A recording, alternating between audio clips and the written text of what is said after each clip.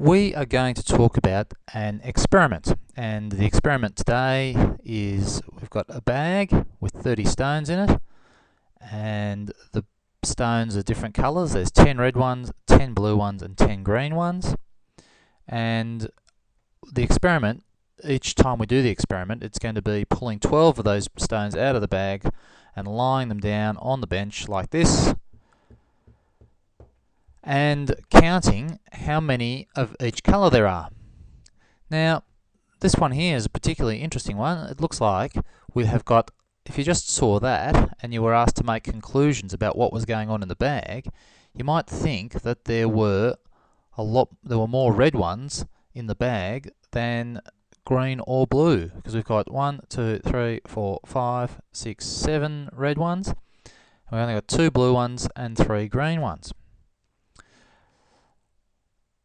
But if we did the experiment again, now we've got less red ones and more blue ones. Now this is all completely random. Each time I click on this, it's like we have put all the stones back into the bag and shuffled them up and pulled them out without looking at them, pulled out 12 of them and laid them down, and this is what we get. So every time we do that, shuffle a bag, pull them out again, check what's what. And so you might expect, after you've done it a few times, those initial patterns that we had don't seem to be appearing as much. We have got pretty even spread. We can count them each time, or because we've got a computer, we can get it to do the counting. So in this time, we've got 3 or 4 of each of the colours. 1, 2, 4 red ones, 4 green ones and 4 blue ones. So we say that the relative frequency in this experiment, the relative frequency of the red is 4/12 or 1/3, the relative frequency of the blue is 4/12 or 1/3, and the relative frequency of the green is 4/12 or 1/3. And that's what you would expect when you do the experiment. But because it's random, you don't always get exactly what you expect. We just get different relative frequencies every time we do the experiment. Every time we take the ball of stones, put them back in the bag, pull 12 of them out of the 30, we get different relative frequencies each time we do it.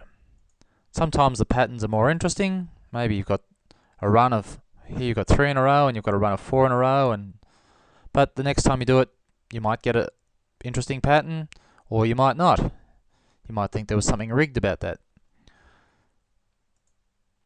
There's another one that looks a bit not what you'd expect. But each time you click on it, you get a different experiment. And also, you can see a bar graph of each colour, and you can also change your experiment.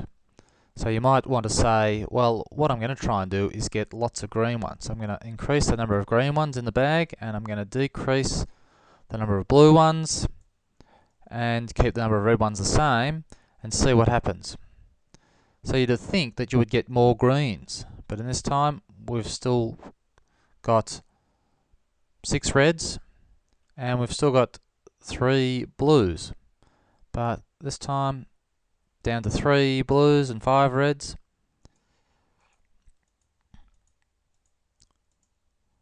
There we have something more like we would expect. We'd expect we've got a lot more green balls in the bag. We'd expect a lot more green ones. But each time you do it, you get something about what you would expect, but not exactly what you would expect. The relative frequencies of each of the colours in each experiment is going to be different, and you can't predict ahead of time really what it's going to be like. You can make some guesses, but you can't predict exactly for one experiment what it's going to look like. Thank you for listening.